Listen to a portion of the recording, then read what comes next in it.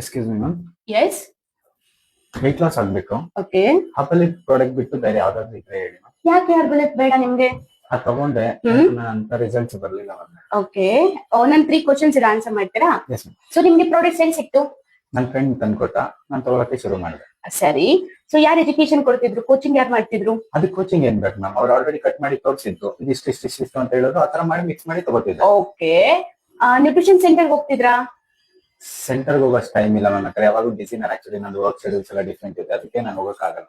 Virtual session? Sorry, online ನಂಗೆ interest ಇಲ್ಲ. ಓ, ಹಾಗಿದ್ರೆ ನಿಮ್ಗೆ ರಿಸಲ್ಟ್ಸ್ ಬಂದಿಲ್ಲ ಅಂದ್ರೆ ಕರೆಕ್ಟ್ ಆಗಿದೆ. ನಿಮ್ಗೆ ರಿಸಲ್ಟ್ಸ್ ಬರಲ್ಲ, ಸಾರಿ. ಯಾಕೆ ಮ್ಯಾಮ್ ಹಂಗಂತೀರಾ?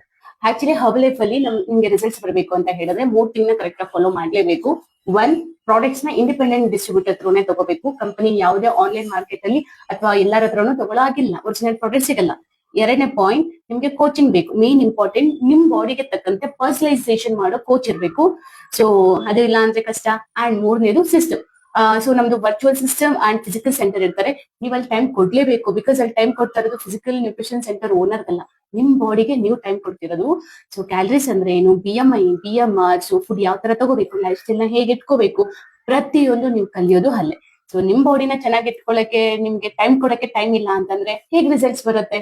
ಕರೆಕ್ಟ್ ಅಲ್ವಾ? So sorry. ಓಕೆ, ಈ ಪ್ರೋಗ್ರಾಮ್ಗೆ ಜಾಯ್ನ್ ಆಗ್ಬೇಕಂದ್ರೆ ನಾನು ಏನ್ ಮಾಡ್ಬೇಕು? ಸಿಂಪಲ್.